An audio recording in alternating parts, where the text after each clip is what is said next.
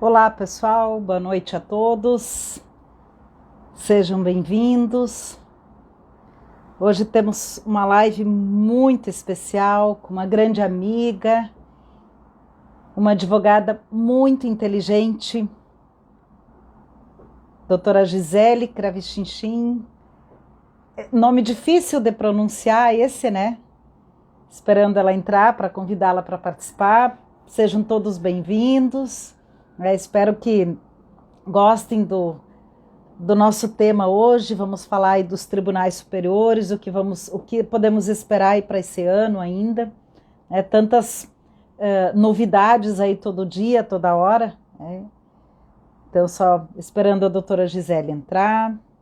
Sejam bem-vindos, Andréia, Rose, Arthur, Kathleen, Cris. Sejam todos bem-vindos.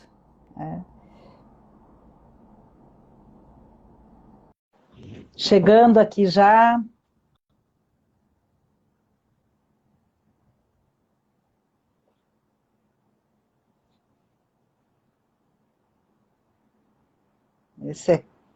A doutora Gisele conseguiu entrar. Sejam todos bem-vindos. Oi, Gisele, tudo Oi, bom? Jane, tudo bem? Tudo, Oi, como você pessoal, está? boa noite a todos. Eu tô Tudo bem, e bem você? contigo? Tudo jóia, tudo jóia. Nessa Tá aí em correria, mas Floripa? tudo bem. Deixa eu botar um Nesta filtrozinho. cidade maravilhosa. Tudo certo por aqui, correria, né? A gente tá, mesmo durante a pandemia, com bastante demanda, ainda bem, né? O previdenciário tem sido Uhum. uma matéria que tem se destacado muito. Mas a gente sempre arranja um tempo para falar com as amigas, mesmo à distância, né, Jane? Com certeza, com certeza. Acho que foi ano passado que eu participei de uma live contigo, né? Que você me Foi. convidou, foi? Foi Foi, ano passado, né? a gente fez pelo notório, eu acho, né? Isso, foi, E tá, eu estava tentando lembrar, foi foi. bem Mas isso. que legal, Gisele. Olha só, eu vou dizer para o pessoal que tem uma novidade bem legal. Quem comprar o meu combo de curso, o Combo Rural Mais, até hoje, meia-noite, tem mais 10% de desconto. Quem compra o combo já tem 10% de desconto nos cursos. Quem compra hoje, até meia-noite, tem mais 10%. Para isso, o código do combo é Live15. Vou colocar aqui o código do combo. Live15. E aí, enquanto nós vamos conversando, deixa eu ver se eu consigo publicar. Por que ele não estou conseguindo publicar? Por algum motivo, eu não estou conseguindo publicar. Vou pedir Como é para a que é minha o equipe de nome? Deixa eu ver se eu comunicação. consigo. Live 15. Live15. Vamos ver se eu consigo botar. Ó, o meu apareceu. Ah, só que não vai ficar preso, Agora né? tem. Eu não sei fazer ficar preso. Pronto. Feito. Marcado, agora preso está. Gisele, vamos falar dos tribunais superiores, do que 2021 ainda pode nos surpreender, positiva ou negativamente. Temos aí o tema 709, uma pequena reviravolta, né? Uma pequena reviravolta aí com os profissionais da saúde. Então, um tratamento próprio, né, para os profissionais da saúde. É meio engraçado dizer assim, bom, agora enquanto tem uma pandemia solta, vocês podem trabalhar, depois não podem mais, né? Depois não, é. Agora que nós precisamos de vocês, vocês podem trabalhar, depois não precisa mais. Depois, se vocês quiserem continuar, não, aí não podem mais. Mas é meio estranho mesmo, né? De O todo tema modo, esse é 700, um dos pontos. o tema 709 foi um tema surpreendente em algumas coisas, né? A gente já está indo para o segundo embargo. Esse, então, que daí o ministro relator deferiu a liminar em favor dos profissionais da área da saúde, para que eles possam continuar a trabalhar. Mas se a gente lembrar da primeira tese firmada também, quando saiu aquela questão da cessação, né, do benefício, que daí foi todo aquele, então vai cessar, então vai dar para a pessoa vai poder desistir, caso ela queira voltar a trabalhar, ela desiste daquele benefício, volta a trabalhar, faz contribuições, depois poderia ter um benefício novo, né? Daí o pessoal da INSS já começou a dizer, não, isso aí é desaposentação, pode isso aí não. E daí disse, não, não é desaposentação, porque quando ele falou cessar, cessar não é suspender, né? Daí fizeram os embargos. E daí nos embargos, no primeiro julgamento dos embargos, o tribunal faz aqueles 4 itens, né? E um dos itens é dizer que a cessação é do pagamento, que é igual à suspensão e não a cessação. É quando o ministro não está falando a terminologia previdenciária, né? Ele está falando a terminologia das outras áreas, e a gente no previdenciário a gente sabe o quão importantes são esses detalhes, né? Que não são detalhes assim que fazem toda a diferença. Então a gente teve a questão da cessação do pagamento, e a gente teve algumas coisas interessantes nesse primeiro, não nesse agora da liminar, no anterior, né? No primeiro julgamento dos embargos, a gente teve a questão da irrepetibilidade. Muito importante, né? Muito importante. Porque aquilo ali ia deixar uma insegurança jurídica muito grande. Muito grande, né? E eles disseram, olha, então o que foi recebido por tutela, porque a gente sabe aqui no Sul, né, Jane, que tendo em vista o julgamento do TRF, que era totalmente favorável à continuidade do trabalho, a gente teve, não era nem só liminar, né? Teve muita decisão que transitou em julgado, e teve também muitos deferimentos de ofício. Né? Às vezes não houve nenhum pedido da parte, foi de ofício, o juiz diz, olha, concede o benefício. E na sentença, como ele dizia que podia trabalhar na sentença, ou ali no acordo, os embargadores mantinham a decisão de que poderia continuar o trabalho, a pessoa se afastou por ordem judicial sem pedir tutela, né? Sem pedir liminar, sem pedir tutela, e estava ali com aquela segurança dela de que a decisão não era só de primeiro grau, era decisão de segundo grau, era declaração de inconstitucionalidade pelo TRF da 4ª Região. Então, diferente de uma decisão isolada, era um entendimento todo de uma região. E então, o Supremo diz, esse julgamento foi dia 23 de fevereiro, publicado dia 24 de fevereiro de 2021, e o Supremo vem e diz, não, peraí, gente, então vamos dar um pouco de segurança jurídica para essas pessoas.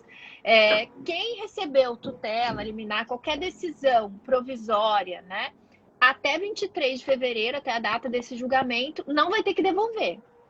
Mas ele não diz propriamente se vai ter que devolver quem fez depois ou não, mas o entendimento, né, mais comum é que o INSS nem pergunte, ele já eventualmente suspenda ali o benefício, né? Às vezes dá aquele prazo de 60 dias que tem no decreto para que a pessoa informe, então, se vai parar de trabalhar ou não. Mas, enfim, a gente teve essa pacificação com relação, pelo menos, à repetibilidade, né? Ou então a declaração da irrepetibilidade dos valores recebidos anteriormente. A gente teve também a concretização do trânsito em julgado. Então, o que transitou em julgado até a mesma data de 23 de fevereiro estaria protegido. E aqui no Sul, a gente teve bastante muitos casos, né? em julgado disso. E Bastante. era outra insegurança, porque muitas das ações de tempo especial são no rito comum. E o trânsito em julgado que tivesse acontecido há menos de 2 anos, seria rescisória. Né? Então, o Supremo já disse, não cabe rescisória para essas ações. Ele já pacifica também, dá mais segurança para esses sortudos, né, que tiveram o trânsito em julgado até fevereiro desse ano. E teve bastante gente, né? E daí depois... Lembrando que o BDP botou o argumento de que num momento de pandemia, né, com profissionais da área da saúde tão necessários, que não teria como. Não era hora, né? Não era hora. Inclusive pedindo a modulação. E no primeiro embargo, o Supremo não deu. Daí no segundo, os embargos, que foi esse da liminar, né, que foi concedida, então, para os profissionais da área da saúde se suspende. Numa decisão muito válida no tocante, no enfoque social, né? Mas sem justificativa humana, que isso que você acabou de falar, né? Então tá, então se a gente precisa, você pode trabalhar, mas se você quiser continuar a trabalhar, você não pode. Né? E lembrando assim, porque eu acho que esse tema 709, ele criou um problema que o Supremo não está muito ciente, que a maioria dos clientes não tem noção, e que a advocacia já está começando a debater. Que é o seguinte, é a pessoa que se aposenta especial, que vai continuar a trabalhar e que não vai conseguir ter nenhum benefício enquanto não parar de trabalhar. Porque não vai conseguir, né? Porque assim, ele tem um benefício que está suspenso, E se ele cumprir o prazo para uma aposentadoria por tempo, ele pode cancelar aquele? Não, o Supremo diz que cancelar benefício, renunciar a benefício não pode. Então, como Ou as um auxílio-doença, é o auxílio por não, incapacidade, né? isso, auxílio-doença, auxílio incapacidade temporária não pode, um auxílio-acidente não pode. Ele vai gerar pensão por morte se vier a falecer. Mas algo que não tá sendo muito observado pelos clientes e que a gente tem que ressaltar, porque, gente, agora vai E ter um ainda, né, monte de Gisele, ação com isso, tu né? falou da pensão por morte, ainda assim, com que critério, né? Com base naquela aposentadoria que ele não está recebendo, porque lembra assim, é o Bem que isso. fala na emenda da pensão por morte, da aposentadoria que a pessoa estava recebendo, ou da aposentadoria por incapacidade permanente que teria direito.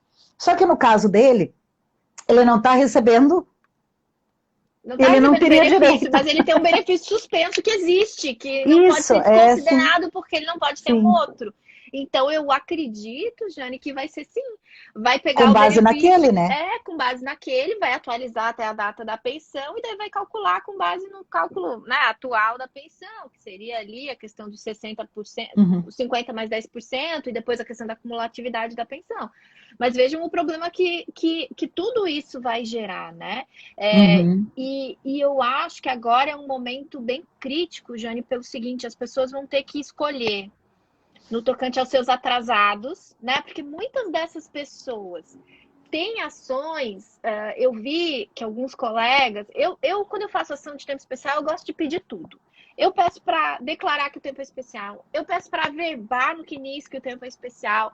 Eu peço para calcular a aposentadoria por tempo e a aposentadoria especial. Digo o que o cliente quer primeiro, mas faço um pedido subsidiário. Se não der, eu quero aquilo, né? E ainda reafirma a DER se for possível. Então, pede tudo para no final o juiz a gente conseguir construir a melhor solução. Mas eu tenho, nas mentorias que eu tenho feito, muitas são com relação a essa questão. E muitos colegas faziam apenas o pedido da aposentadoria especial, não faziam pedido de averbação de tempo, Uhum. ou de correção do CNIS, de inclusão no CNIS, e não faziam pedido de aposentadoria por tempo de contribuição, apenas a aposentadoria especial. E daí agora, muitos desses casos talvez se chegue ao final com uma situação seguinte: ele tem um valor grande de atrasados para receber, porque enquanto a aposentadoria não foi implementada, ele pode receber esses atrasados e se aposentar dali para frente. Mas como fica essa situação se ele aceitar o benefício? Ele para de receber. Então ele recebe os atrasados, mas ele não vai poder receber para frente enquanto ele estiver trabalhando. E alguns desses profissionais, médicos, dentistas, enfermeiros, eles não têm expectativa, previsão de parar de trabalhar. Então, Né? tipo, jamais. Então eu Vou estou ficar o resto escolhendo da vida. atrasados para um benefício que nunca vai existir. Eles só vão parar de trabalhar se eles ficarem incapazes ou se eles morrerem. Na expectativa do cliente. Eu não estou dizendo que ele, sei lá, ano que vem ele não desista de tudo e pare de trabalhar. Sim. Mas se você conversar com ele, ele vai dizer: não, doutora, eu não vou parar de trabalhar. Eu não quero parar de trabalhar. Até porque essas atividades, muitas vezes, eles ganham muito mais do que na aposentadoria, então não vale a pena, eles, né, tipo, tem lá uma expectativa de renda, enfim, é legítima e tudo, dá de 30, 40 mil reais por mês e estão recebendo, vão receber o quê? Na melhor das hipóteses, 6.433, né? E tem mais um ponto, né, Jane? Não ficou respondido se isso vai interferir nos regimes próprios. E muitos, principalmente médicos e enfermeiros, têm mais de um dois. Vínculo, né? Tem um vínculo público e um vínculo privado. Às vezes tem 2 vínculos públicos e mais um vínculo privado. Tá, e se ele se aposentar no INSS especial, isso aqui pode existir? Já tem aqui em Joinville a prefeitura, o instituto, né, a prefeitura, quando a pessoa pede, eles estão querendo, né, que assine um termo que a pessoa se exonere? Que ele sabe que não pode continuar a trabalhar se for se aposentar especial ali, entendeu?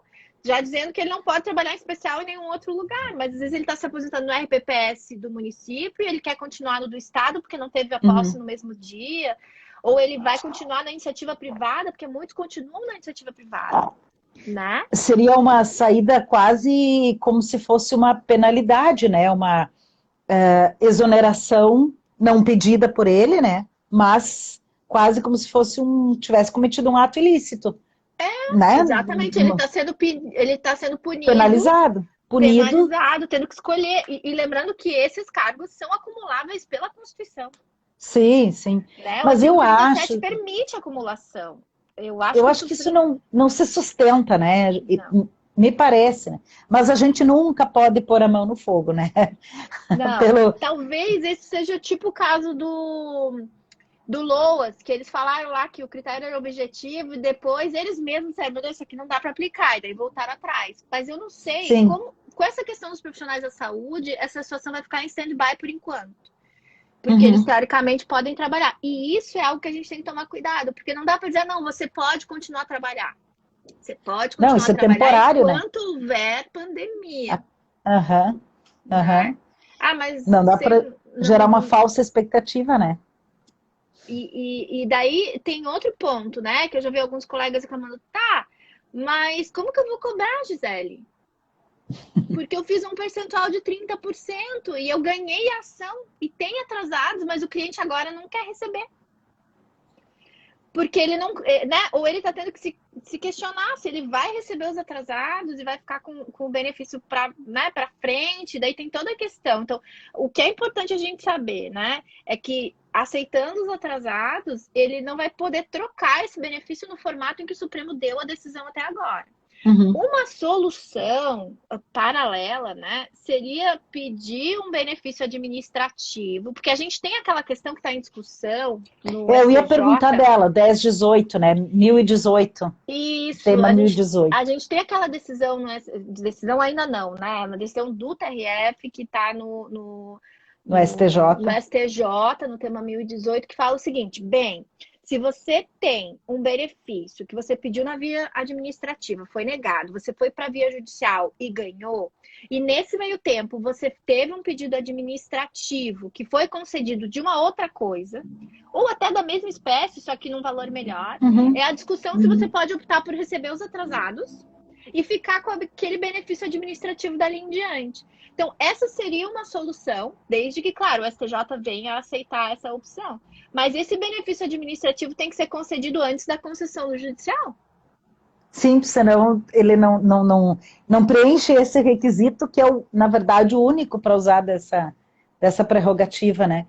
E esse caso ali nem chegou a ser pautado ainda, né? O tema 1018.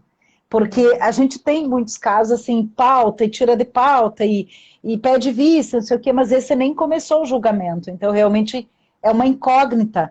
O INSS joga ali, ele está fazendo, sabe aquela lavagem cerebral, é desaposentação, que é para ver se consegue convencer que é desaposentação, né? Eles estão tentando vender essa ideia, né? E talvez eles não consigam no STJ, mas o problema é o STF, né? Porque o STJ gostou da desaposentação, então talvez não é o argumento, Sim. O problema vai ser esse tema no STF, se chegar lá, se o Supremo chegar a considerar isso matéria constitucional, mas talvez num contexto que a gente já esteja com esse problema da aposentadoria especial, possa ser uma solução que saia desse tema, né? A verdade é que, no momento, a única solução que eu vejo para isso, para quem quiser tentar os atrasados, né, e manter o benefício novo, seria buscar um administrativo, talvez por tempo, talvez, sei lá, por idade a maioria não cumpre, né? Seria por tempo, seria por... acho que é só tempo mesmo, porque se fosse outro especial teria a mesma restrição, então converte todo o tempo e pega um novo. O problema é que a maioria das ações que eu acompanhei de colegas não tem o pedido de declaração que o tempo é especial e não tem o pedido de conversão e não tem o pedido de alteração do CNIS. Então, quando eles vão no INSS pedir, o INSS não reconhece nada do tempo especial lá. Enquanto a ação não sair, eles não estão conseguindo aposentar de forma nenhuma no administrativo. Então, sim, porque ele não fecharia o tempo, né? Não fecharia o tempo, muitas vezes, dependendo do tempo de tramitação, não alcança, né? Não alcança o tempo suficiente, pontos, etc., né? Deixa eu repetir aqui, Gisele, antes de a gente ir para o próximo tema. Então, o pessoal que está assistindo a live, nós temos uma promoção especial hoje, lá no meu site, Prof. Jane Berwanger. O combo Rural Mais está com desconto adicional de 10% para quem adquirir hoje até R$ 23,59. O código é Live15, está ali fixadinho. Gisele, um dos problemas que a gente vê dos tribunais superiores é que eles julgam e aí quando desce o negócio, ele desce atravessado, né? Ele desce atravessado e aí um aplica de um jeito e outro do outro e aí tu não consegue mais fazer subir porque já foi decidido. E aí é uma salada de fruta. Reafirmação da DER, né? É um exemplo, revisão, decadência é outro exemplo, que agora tem um tema representativo na TNU discutindo isso. Como é que você vê essa questão? Então, eu acho até que a gente teve uma evolução no STF, né? O gabinete do ministro Fachin está muito bom, os votos estão vindo com a porque o que eu estava falando antes, a questão da terminologia, né, do cessar e suspender, que para quem é, entre aspas, né, leigo, não quero ofender, mas assim, para quem não é do dia a dia do previdenciário, não faz diferença, né? Tipo, é a mesma, é que nem dizer auxílio-doença e auxílio-doença acidentário e auxílio-acidente. O previdenciarista sabe que não é a mesma coisa, né? Os dois têm o acidente ali, mas não é o mesmo benefício, não é o mesmo coeficiente, não é o mesmo cálculo. Mas quem é de fora menciona como é a mesma coisa, né? Confundir LOAS com aposentadoria. Eu acho que o problema começa muitas vezes na falta de utilização da nossa terminologia, dos princípios, dos detalhes do direito previdenciário, das nuances do direito previdenciário, que na aplicação do dia a dia fazem muita diferença. Então, esse é um problema. Outra questão, muitas vezes, é que assim, o tema chega lá no Supremo ou no STJ, a gente tenta levar alguns lados, né? O IBDP tem feito muito isso de levar mais detalhes do tema que está em discussão, mas às vezes o processo, que é o paradigma, não traz todo aquele reforço teórico, técnico, científico que poderia talvez dar para os ministros um pouco mais de ângulo para eles poderem entender tudo o que eles estão julgando, né? Porque as respostas vêm de maneira talvez mais superficiais, mais objetivas. Os embargos de declaração muitas vezes não resolvem, né? Então, discutir temas muito complexos, embargos de declaração, que o ministro já está cansado, ele, eu já julguei isso aqui, voltou para mim isso de novo. Daí ele, sabe, às vezes responde de qualquer jeito. Isso de novo, sabe, a gente já julgou isso aqui, voltou. Então, isso acaba criando uma certa dificuldade no detalhamento do tema, né? E isso prejudica, porque quando a gente chega na hora de aplicar no caso concreto, é que as dúvidas, as perguntas vêm, né? E a gente sabe que quando um tema foi carimbado em repercussão geral ou em repetitivo, na própria TNU, como representativo de controvérsia, a gente tem mais dificuldade de debater. A gente tem trabalho para fazer o distinguish, né? A diferenciação do caso concreto com o caso decidido, detalhar isso, por que não se aplica, por que se aplica. Eu tive um caso recente que eu estava dizendo que era exatamente o mesmo caso, teve que ir até o Supremo, para o Supremo dizer isso aqui é o mesmo caso, volta lá e adequa, sabe? Porque tem vezes que sei lá, o juízo acaba dizendo, não, isso aqui ainda cabe discussão, né? E tem vezes que a gente quer discutir, mas tem vezes que a gente está dizendo, não, já está resolvido, isso aqui é a nosso favor, aplica. E aquilo vai até o Supremo, né, para discutir. Geralmente, quando vai até o Supremo, é porque o outro lado que está discutindo, a parte tem mais dificuldade, a parte autora, para chegar até lá, né? Mas isso acontece muito. Então, eu acho que o problema o julgamento por amostragem, ele tem essa problemática, né, Jane? Você pega um caso para responder uma tese jurídica. E ou dois, né?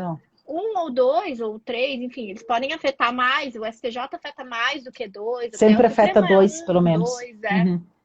E daí acaba que você, ao responder essa tese, você responde uma pergunta, né? Porque a controvérsia é a pergunta, a tese é a resposta. né? Então, ao firmar a tese, às vezes você firma ela de maneira superficial, porque você também não tem, veja a dificuldade dos tribunais, eles não têm como conseguir responder tudo, todos os detalhes do caso numa tese firmada.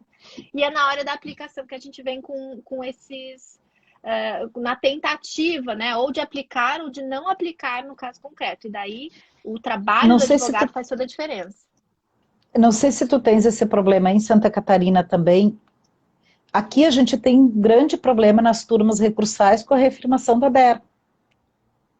Por exemplo, não aplica para o melhor benefício. Então, você tem duas teses já julgadas nos tribunais superiores. Reafirmação da DER e tese do melhor benefício. Ah, não pode chamar as duas. Sabe, tipo, gente, né, foi decidido agora a reafirmação da DER no curso do processo. Não, mas não foi decidido. Não, é porque o caso lá não era esse. Mas, sabe, tipo... Então, assim, na verdade, parece uma tentativa de sempre reduzir o alcance daquilo que foi positivo. Exatamente. E usar como parâmetro, como trava, aquilo que foi contra o segurado, usar de uma forma mais ampliada. Não sei se tu também enfrenta isso em Santa Catarina, mas aqui a gente percebe, assim, no geral, nas turmas recursais, sempre tentando restringir o alcance positivo. E aí eu fico, às vezes, meio pasma de ver assim, esta turma recursal já decidiu o quê? Tipo, tá, mas o STF decidiu outra coisa, ou, né, tipo, não tô entendendo, contar, assim, né? Tipo, não, então vamos conversar, porque tem gente que já disse diferente, né? Mas é bem isso. Sim, só o STF, né? Não então, tem outra opinião também valendo no caso. Né? Em tese, pelo menos, né? Em tese, mas realmente, não sei se tu percebe isso. Ou dos juízes de primeiro grau, de tentar diminuir o alcance daquilo que se obteve de positivo. Na reafirmação da DER mesmo, olha só, o INSS sempre reconheceu administrativamente a reafirmação da DER. Aí agora o juiz não reconhece porque o STJ julgou reafirmação da DER no processo judicial. Mas em momento algum o STJ disse que não poderia reafirmar a DER na via administrativa. O caso, a questão lá submetida era no âmbito judicial, né? Então parece que, não, então é só isso aqui, nada mais no mundo pode, né? Não sei, realmente assim, a gente estava outro dia debatendo sobre isso. Acontece muito, e o que eu acho também é que, assim, uma coisa muito legal da pandemia, né, deste momento de pandemia não é, a pandemia não é legal, mas uma coisa que está acontecendo de legal é que a gente pode assistir os julgamentos do STJ, assim como a gente assistia os do STF, e a gente pode ir um pouco mais fundo nos debates, assim, porque o que eu percebo muitas vezes é que ao julgamento do Tribunal Superior, sejam advogados, sejam juízes, às vezes até o INSS, ninguém vai muito a fundo na decisão e foca muito na tese, na resposta rápida que foi dada, não nos fundamentos que levaram aquela tese a ser firmada, né? Não se escuta os debates que foram utilizados naquilo. E daí, na hora de aplicar, na verdade, a pessoa continua com as suas próprias ideias, tentando encaixar a tese naquilo que ela já pensava antes, entendeu? Ninguém quer saber o que eles disseram. As pessoas ficam tentando reforçar, através da tese, algo que elas já pensavam. E não focar naquilo que o tribunal efetivamente disse, né? Ler a introdução e a conclusão do livro e deu, né? E deu, agora já tem tudo que tá lá dentro, sabe? E isso, na verdade, torna superficial o debate, né? E a pessoa, na verdade, usa os mesmos argumentos que ela usava antes, colocando só a tese. E assim, dependendo de como você lê a tese, você ainda consegue interpretar do jeito negativo. Eu estava vendo o 350 esses dias, né? Que foi dito lá no julgamento que se demorasse muito, podia entrar na via judicial. Só que a tese, quando você vai ler, ela não é totalmente transparente nisso. Assim, ela tem um item falando da demora, mas se você quiser interpretar diferente, dizer que se demorar ainda tem que esperar na via administrativa, você consegue. Só que se você levar no contexto tudo que está escrito no voto e tudo que foi debatido verbalmente, você consegue entender que não.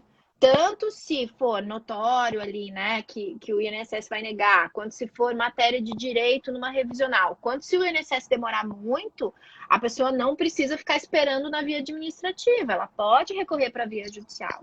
Mas se você olhar só a tese, só o texto que está escrito lá, você ainda consegue justificar que a pessoa teria que esperar indefinidamente na via administrativa. Até ad eternum, mais ou menos isso, né? Então, Outro dia eu peguei um caso, Gisele, a pessoa está desde 2016 esperando um recurso.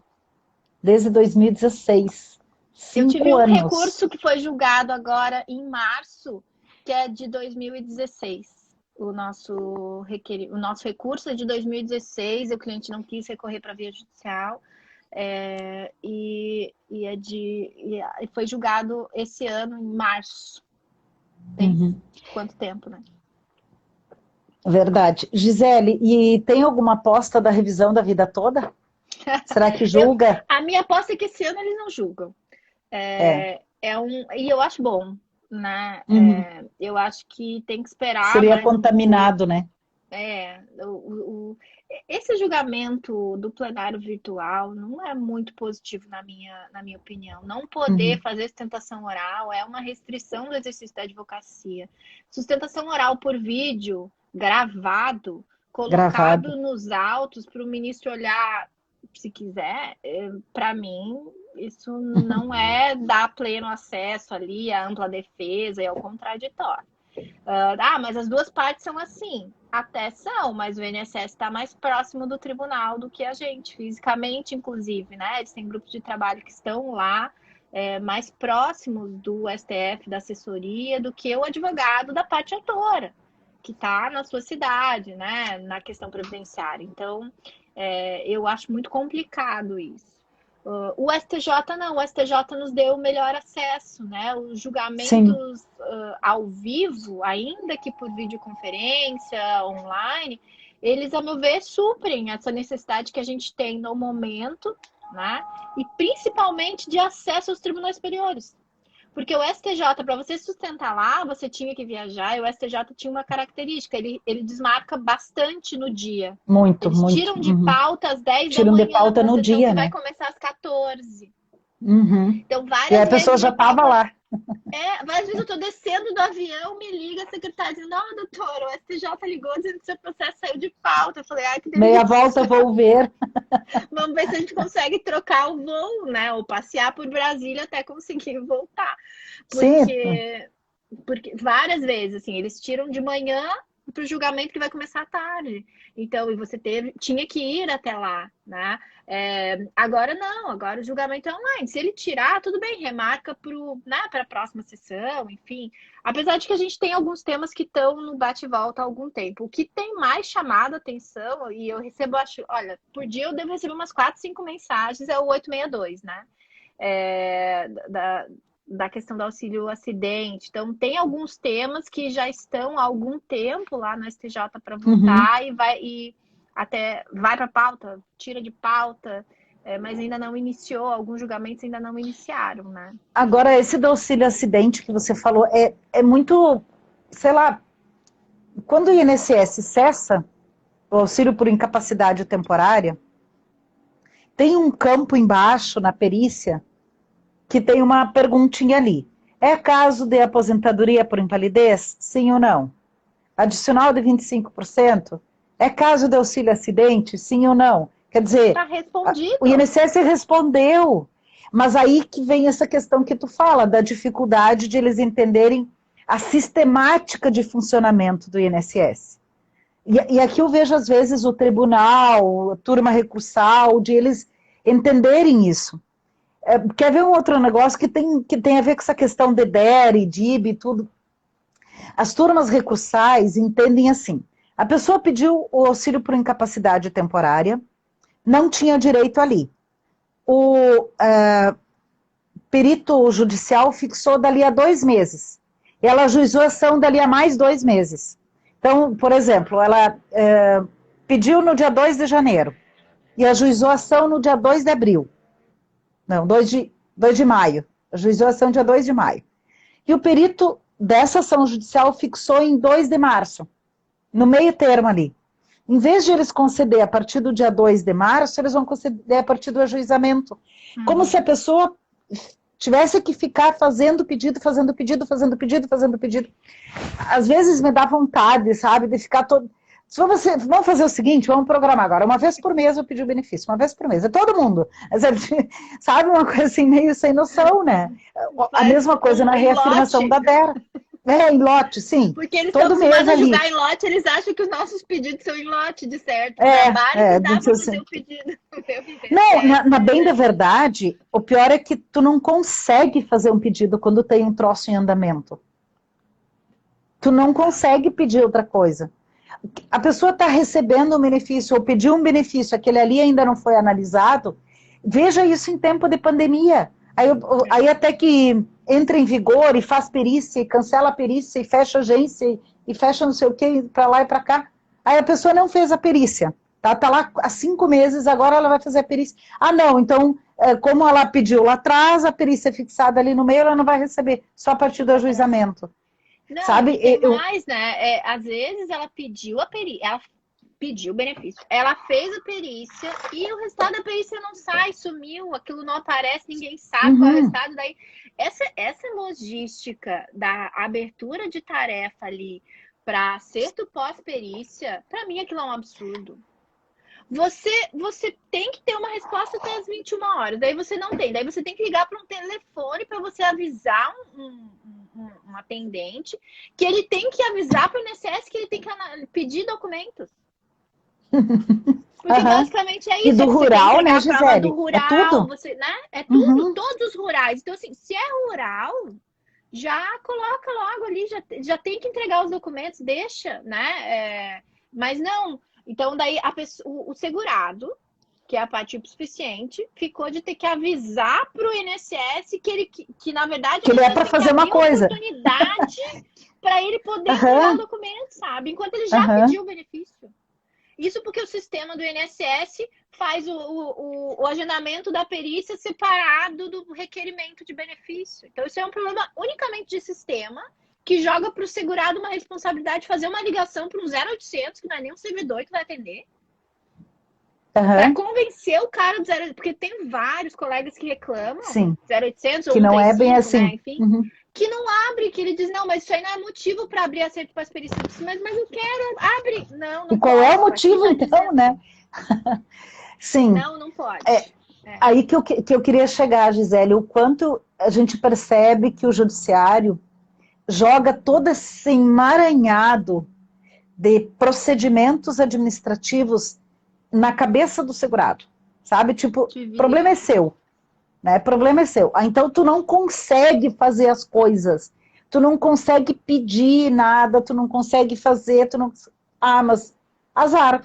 Azar. E o mais irônico é daí botar, dizendo, não, você não precisa de advogado para fazer isso. Não, você vai se debruçar nessas leis, e daí você ainda foca nas portarias, nas instruções normativas, te vira segurado, entendeu? Pessoa idosa, incapaz, doente, ou uma pessoa que está precisando de uma pensão por morte que acabou de perder um familiar, está super com a mente aberta para conseguir atender todo, né? Atenção focada. Não, ela está super capaz naquele momento para aprender tudo isso que a gente leva anos, né? E é todo dia uma novidade, uma portaria nova, é um sistema que muda não sei o quê, outro negócio. Para mim é até vergonhoso eles fazerem isso, entendeu? Jogar para o segurado e se aceitar que seja responsabilidade do segurado tudo isso. Não é, ele não tem como ter conhecimento de todas essas regras. E daí dizer, você não abriu, então agora você não pode recorrer à justiça, porque na verdade você não levou os documentos de rural lá. Você não abriu o acerto lá com as perícias. Tá, mas eu não sabia. Mas você não pode alegar desconhecimento. Que não é nem da lei, né, Gisele? Que não é nem da lei. Que não é nem desconhecimento da lei. Né? Não é nem. É tipo um procedimento interno que. Agora me choca muito, assim, esse exemplo que eu estava te dando ali do benefício por incapacidade, que a pessoa pediu no dia 2 de janeiro. E ajuizou a ação lá em maio. O perito judicial fixou incapacidade em 2 de março. Ela não vai receber desde 2 de março, vai receber desde 2 de maio o ajuizamento da ação. Se esse processo estivesse tramitando na via administrativa, ela receberia desde 2 de março. Sim. E aí que eu vejo, às vezes, que o judiciário ele é pior que o INSS, muitas vezes. Aí tu vê, assim, um distanciamento dos procedimentos administrativos pior do que, né, de modo pior ao segurado. Deixa eu ver, Gisele, o pessoal fez um monte de pergunta aqui, né? Vamos tentar responder algumas? Vamos Processo lá. já concluído na esfera federal por incapacidade e o segurado ainda está incapaz. Bom, novo pedido, tudo de novo, né? Essa é O outra pedido, se questão, estiver né? dentro dos 60 dias, o próprio perito administrativo tem como retroagir para essa Prorrogar. lacuna, né? Uhum. Ele puxa o lá de trás e restabelece, desde que tenha a ver com a mesma CID ou que você consiga justificar que a CID é semelhante. Agora, se não tiver a mesma CID mesmo, você vai ter problema, né? Na administrativa, às vezes até com a mesma CID, às vezes dá problema. Às vezes Eles não acabam não estabelece, se só dando paga conta, dali né? para frente, Mas Isso que eu o falo. pedido estando dentro dos 60 dias, teria que retroagir e suprir essa lacuna. Essa pessoa não deveria ficar sem renda. Essa questão de prorrogação, esse tipo de coisa também, né? Agora, essa nova portaria que permite, na verdade, medida provisória, convertida em lei ali, não era medida provisória, acho que era projeto de lei, enfim, que permite 90 dias sem prorrogação. Então, o segurado ele tem que adivinhar se o benefício dele é dos tipo que prorroga, se é do tipo que não prorroga, né? Na verdade, realmente é muito confuso. A Takira fez uma pergunta aqui sobre a questão da aposentadoria especial. Qual a data limite para o segurado sair da atividade especial quando concedido o B46? Tive um concedido judicialmente hoje, não foi informado no processo ainda, nem gerou créditos. Descobri porque estava pesquisando no meu INSS do segurado. Qual é a data limite para sair? Então, pela regra administrativa, se o benefício tivesse sido concedido, a pessoa teria 60 dias ali para se afastar, né? Agora, quando é judicial e o juiz não diz, às vezes o INSS pode tentar criar problema, como a Jane disse, né? Tem coisas que na administrativa se faz e que na via judicial não se aplica. Então, a minha dica é conceder o benefício até que ele saque, né? Porque pode estar disponível, mas não necessariamente ele sacou. Então, até que ele saque, eu pediria ou aconselharia para o cliente o afastamento, né? Porque uma vez que ele sacou, dá para se discutir ali. Até ali está acumulando. Então, implementou, mas ele não sacou, ele ainda estava se organizando. E como provar, né? Uma pergunta que muitos têm feito. Tá, mas então o cliente se afastou, mas como que ele vai provar que ele se afastou? Bem, primeira coisa, a empresa, se ele é empregado, a empresa não pode mais fazer aquelas contribuições referentes à atividade especial para ele, né? E que às vezes a empresa continua fazendo sem se dar conta também, né? Isso. Então, a primeira coisa que ele tem que fazer, além de pedir o afastamento, é pedir um novo PPP. Ele deve solicitar um novo PPP para a empresa, né? Um perfil profissiográfico previdenciário. Por quê? Porque nesse PPP vai ter ali a data que ele parou de estar exposto, né? E vai ter a descrição das atividades que ele passa a fazer dali em diante, assim como a descrição dos agentes que ele eventualmente esteja exposto. Então, até porque eu tive um caso numa mentoria recente que o segurado pediu para se afastar. A empresa disse que sim. E daí, quando ele pediu o PPP veio informando que ele continuava exposto, né? Daí eu até falei, olha, volta lá na empresa, né?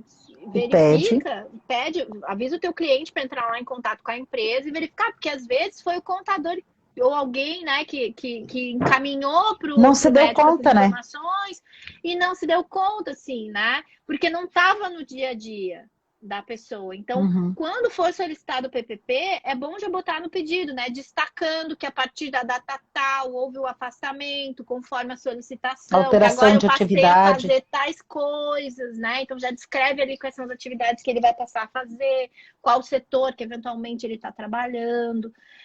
Já coloca no pedido do PPP as dicas ali, né? Para que quem for fazer consiga obter, porque às vezes ele vai fazer com aquilo que já estava. E daí vai manter a exposição do documento, ainda que ela não exista na realidade. alteração da função na carteira de trabalho, né? Também, dependendo do Importante. caso, né? Uhum, Processo concluso. Não, esse aqui já vimos. Ah, tá, pronto, respondemos aqui. Acho que só tinha duas perguntas, porque eu não tinha avisado que nós íamos abrir. É que às vezes o pessoal pergunta aqui no chat direto também, né? Ajuizamento da ação na esfera estadual quando a distância da residência passar de 60 quilômetros. Na verdade, é 70 quilômetros, né? Que é o nosso problema aqui. Essa questão, até eu estava falando com uma deputada federal sobre isso essa semana, que ela estava falando desse assunto, que tem reclamação, enfim, que realmente ficou vago isso. Esses 70 quilômetros, linha reta, estrada, como enfim, média, sede né? a sede do município, ficou vago isso. A lei não disse nada, né? A lei não especificou. E ela estava com uma ideia de fazer um projeto ali para tentar trazer aí um critério, né? Porque aí ficou lá, o CJF ainda não decidiu, tá lá pendente a decisão, inclusive, né? Estava conversando outro dia com o Dr. Thiago Kidrick sobre isso, que ele participou lá, e, enfim, está bem empenhado nisso também. É como em várias outras coisas, né? Porque ele é super empenhado com as causas previdenciárias. E aí ele estava me falando que está 4-3, eu acho, então, dizendo que deveria ser em linha reta e não por estrada, né? Então, aí realmente, mas a pessoa não vai em linha reta, ela não voa, né? E nem que fosse aeroporto, né? Geralmente não daria também desse jeito. Não. Então, é uma questão, mas falta ali um critério estabelecido em lei, que daria maior segurança também, não ficaria aquela dúvida, né? E sem dúvida, tipo, essa interpretação de linha reta ela é mais prejudicial. E o segurado, muitas vezes que está numa cidade tão distante, tem a questão econômica também da despesa de locomoção, né? Para fazer uma audiência, para levar testemunho. Então, isso é mais complicado, né? Então, eu acho Uhum, que realmente é um tema verdade. que mereceria um olhar, talvez uma mudança legislativa resolva o impasse, porque agora se Uhum, deu aos tribunais o poder de escolher, né? A lei sim, não foi clara. E daí os sim. tribunais estão. A gente sabe que Tipo, faço a havia um. lista. Exatamente. Uhum, Então, havia uma tentativa ali de extinguir por completo a competência delegada, né? Inclusive a competência, o projeto inicial, não sei se vocês lembram da PEC de 2019, ela era para não ter mais nem ação acidentária na justiça estadual. na estadual. Uhum, Tinha sim. nada mais previdenciário estadual. Daí essa parte caiu primeiro, depois a competência delegada ficou essa questão dos 70 quilômetros, né? Então manteve, não saiu por inteiro, manteve, mas deu os 70 quilômetros, mas também não disseram como é que media o tal de 70 quilômetros, e daí ficou esse impasse, né? Para uma justiça que a gente sabe que assim, para o tribunal é ruim receber, os tribunais regionais federais é ruim receber os processos da justiça estadual. Não vim. Agora aqui no Sul ainda melhorou um pouco, porque eles unificaram o EPROC, tem no TRF, tem no Uhum, TRF, tem no TJ, né? Do Rio Grande do Sul e uhum, de Santa Catarina. Mas é um sistema que eles não usam, o processo vem diferente, tem que migrar, uhum, a instrução é diferente, os juízes não são tão é, adaptados, digamos assim, à jurisprudência do tribunal. Então é um processo que vem mais truncado para eles, né? Não é o processo preferido deles, com certeza. E também não é o processo preferido da justiça estadual, né? Que o juiz, uhum. às Sim, vezes, sim, de sim. vara única tinha que julgar De previdenciário tudo. que nunca tinha visto na vida, assim, e nem interessa para ele, Não porque ele tinha também no não usa aquele concurso, regime. Não tinha no não. concurso, né? Então eles ficam nesse. Eles também não gostavam muito, tava o tribunal querendo puxar e eles querendo mandar. Uhum, Então, isso acaba, né, na hora de interpretar, talvez levando esse interesse, né, de resolver também a problemática administrativa, organizacional desses processos de uma maneira de restringir mais, porque daí até vai ter, mas vai ser um volume menor, que não vai trazer tanto transtorno quanto a gente sabe que esses acabavam trazendo, né? Realmente era um processo diferente, um processo que vinha com uma instrução diferente, uma jurisprudência diferente, então acaba sendo mais uhum. complicado mesmo. Lembrando, Gisele, aqui, pessoal, que quem comprar o combo rural mais, hoje até 23,59, tem desconto de 10%, tem que colocar lá, o código é live15, tá? Tá ali fixado o código. Deixa eu ver, tem mais uma pergunta Tem uma aqui aqui e a da gente já... Mônica sobre a aposentadoria especial, que fala assim: aposentadoria especial sobre tutela antecipada tem que sair do local mesmo sem trânsito em julgado? Gente, olha só, o que foi recebido até 23/2/2019 está garantido. O que foi recebido depois, não. Tem que devolver, Então, assim, em princípio, né? exatamente. Então, assim, olha só, você vai estar recebendo agora e eles vão, na verdade, descontar do que você tem a receber para trás. Então, o melhor é dizer que você não quer mais a tutela, dizer que você quer esperar o trânsito em julgado, entendeu? Atravessa uma petição aí dizendo, olha, como essa pessoa, né? Mas aí o que ele tem que, o que se tem que considerar, tá? Será que este benefício a pessoa realmente quer? Porque a questão agora que está se trazendo para discussão é isso. Tá, o teu cliente não vai ter a tutela, mas depois que acabar a ação, ele vai querer se afastar? Ou ele não quer se afastar agora nem nunca mais, e essa ação talvez tenha que ser readequada, alegar um fato superveniente, tentar pedir uma aposentadoria por tempo e a conversão, adequar os pedidos ali, né? Mas tem um benefício sobre tutela. Daí vem toda a questão, né? O benefício sobre tutela é precário, mas será que para renunciar ele é precário também? Ou depois, não, agora já está recebendo, não pode mais trocar, né? Então vai trazer um monte de debate aí, sem dúvida. Agora, quem receber tutela de aposentadoria especial e continuar trabalhando, vai ter discussão de devolução, sim. E a devolução pode não ser nem necessariamente em dinheiro, né, que ele tenha que devolver efetivamente, mas sim no desconto das parcelas que ele tenha a receber de atrasados. Então, tem que realmente considerar aí qual vai ser o próximo passo para esse cliente. Se ele está disposto a se afastar em algum momento, inclusive, né? Porque às vezes a resposta dele vai ser não. Pode ser bem mais interessante, pode ser, né, caso a caso, mais interessante converter do que o tempo do que se aposentar na especial, né? E até que pra cuidar, gente, porque assim, tem que juiz fica dando meio... tutela de ofício, né? Sim, Dando implementação, não é nem mas eu acho que tutela, é até um pouco implementação de eles... ofício. Acho que um pouco eles pararam com isso, assim, né? Essas tutelas de ofício já foram mais comuns. Eu vejo, assim, mais recentemente, os juízes já não têm mais dado tanta tutela de ofício. Nem os benefícios por incapacidade, assim, tem tanta tutela de ofício. Porque realmente, depois a pessoa fica naquele... Na verdade, o juiz acho que está olhando assim, depois eu tenho um problema para resolver. Aí eu devolve, não devolve, que é outra questão que está em discussão ainda, né, no STJ, toda essa confusão ali, né, que aí eu não sei também o que vai acontecer, né, O então que é que outro vai problema. acontecer? O STJ, ele afetou, assim, né, a discussão de novo, disse que tinha um monte de coisa que ele ia ponderar, mas também não disse que ele ia mudar de ideia, e daí ele parou de falar, né, não voltou mais a debate essa questão. E a gente teve, na sessão do dia 10 de março, dois julgamentos, o 979 e o 1009, se eu não me engano, 1009, acho que é 1009. Que é a questão do recebimento de boa-fé por erro, né? Dá no administrativo por erro da administração, erro organizacional, né? Não aquele erro de interpretação, mas erro da administração.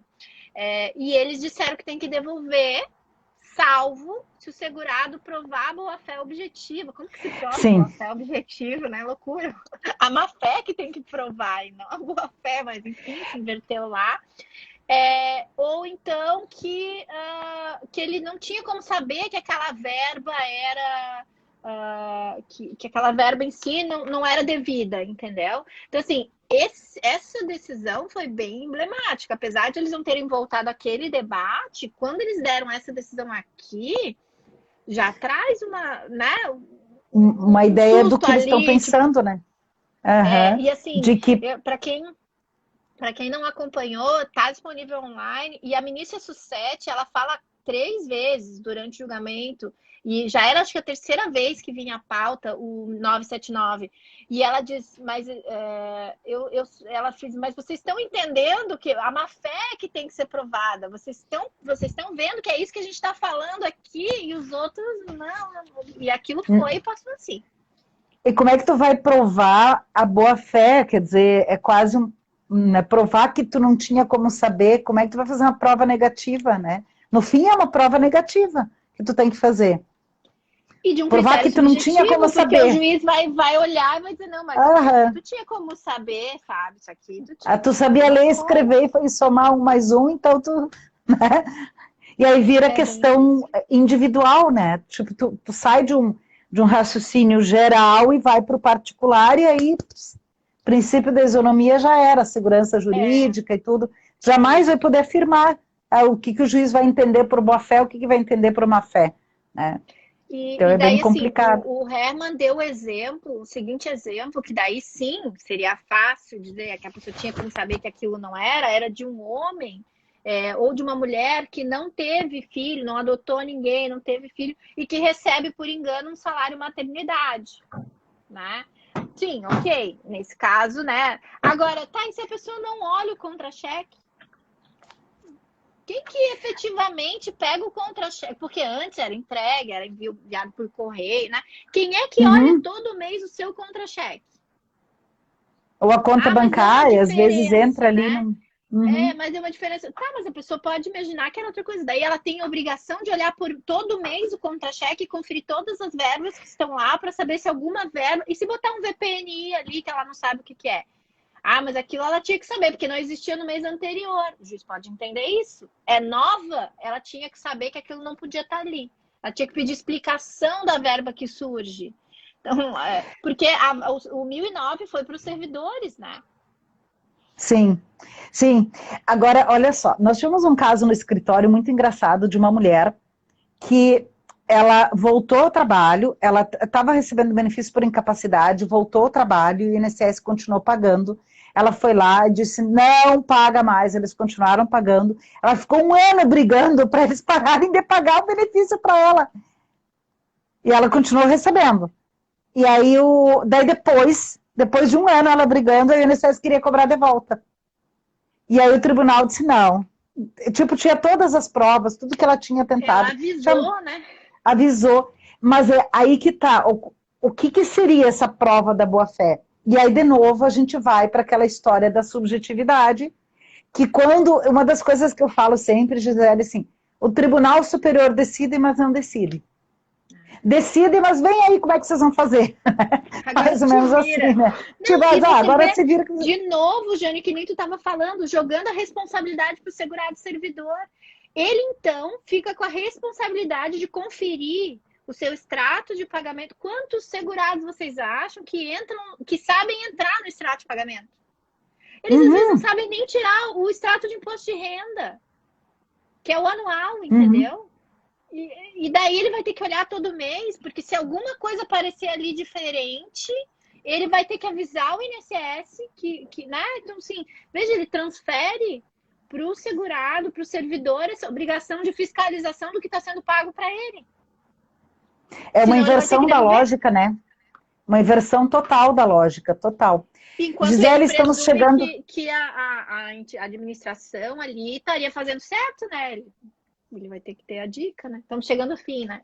Estamos chegando no fim, eu só tenho a agradecer mais uma vez, né, a parceria, a Gisele fantástica, nós podíamos falar horas e horas aqui, né, que tem assunto, né, lembrando ainda do desconto especial hoje até R$ 23,59 no Combo Rural Mais, que está lá no site, tá?